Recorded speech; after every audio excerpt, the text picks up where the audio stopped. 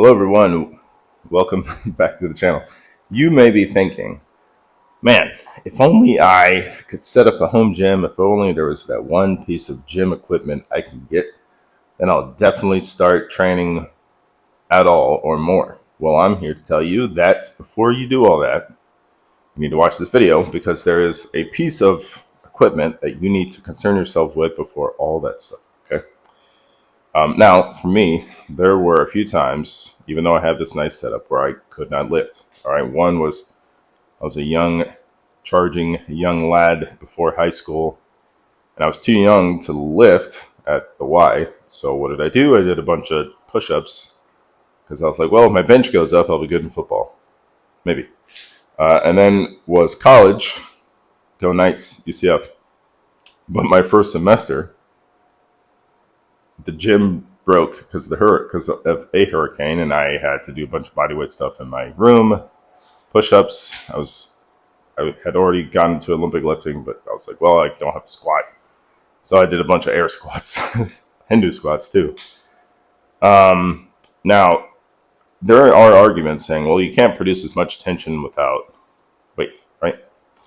But I believe that all those push-ups before high school kind of primed my body to be able to, I guess, bench. All right, because when I got to high school, I got to 185, 225s fairly quickly, and I could do dips pretty well, all from just push-ups, and I wasn't even, doing any harder variations, maybe diamond or wide, but that was about it. So you have to understand that no matter what mode of training you want to get into, and I talk about strength training here, you want to consider your body weight first. And I know I've been lifting a lot. I'm probably going to come back to more calisthenic stuff, but let me explain. When you are a baby, right? Let's say you're a newborn, you're very weak. So what do you spend all your time doing? You spend all your time getting stronger to be able to move, but that requires the floor, right? You don't see babies like, oh, let me lift weight. And not even like, let me do push-ups and squats. Like squatting they can do, but like if you ever see a kid, they can hang, but they can't do pull-ups. They can crawl, but they can't do push-ups yet. Very interesting. All right. And by the way, Tim Anderson from Original Strength, he said, one of the benefits to doing the push-ups every day is not only your chest, but you have to practice getting to the floor. And more recently, I listened to Alex Salkin, and he talked about kind of the schedule old school strongmen used to go through. They would yes lift weight, but then they would also have these periods of high rep calisthenics, and kind of also Tommy Kono, weightlifter, he would go back and forth. Maybe not body weight, but he would go hard Olympic lifting and then go into kind of higher rep bodybuilding, back and forth. All right. Like I said, kids kind of do this. Anybody, honestly, in top gymnastics or top weightlifting or CrossFit, some of these kids are coming out of gymnastics. Very interesting. They mastered their body first before they added all this stuff. So what you need to do is master the skill of just the floor. Okay, this is your first piece of training equipment, and there are a few ways to do this. And before you kind of like, okay, what do I do with it? You strength train with as much as you can with only it. All right, but what I mean is, if all you have was, if you're just strength training, this is level 1. Do your push-ups, do your, I guess, sit-ups. You can't do pull-ups. You need something, but you get the idea. Squatting is one. Stuff from ATG, Ben Patrick, where lower legs and squat.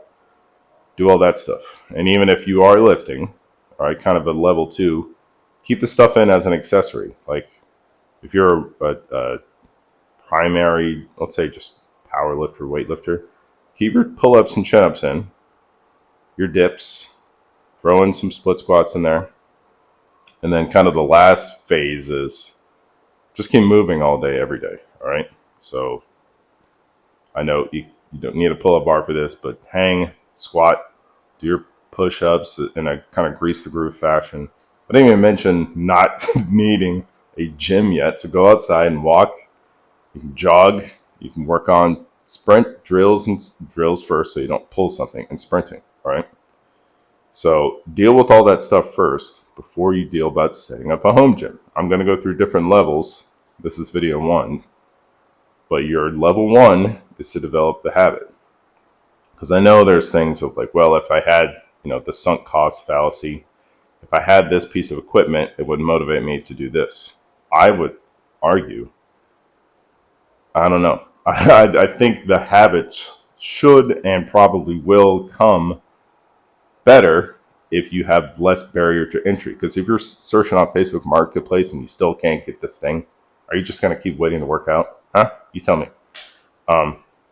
So I know there's like, if I had this piece of equipment, but again, set your habits up, like working out in the morning, to consistently show up first with what you got before you start adding to the gym. Because trust me, once you start adding to your gym, it is easy to keep adding to it. So start easy and go from there.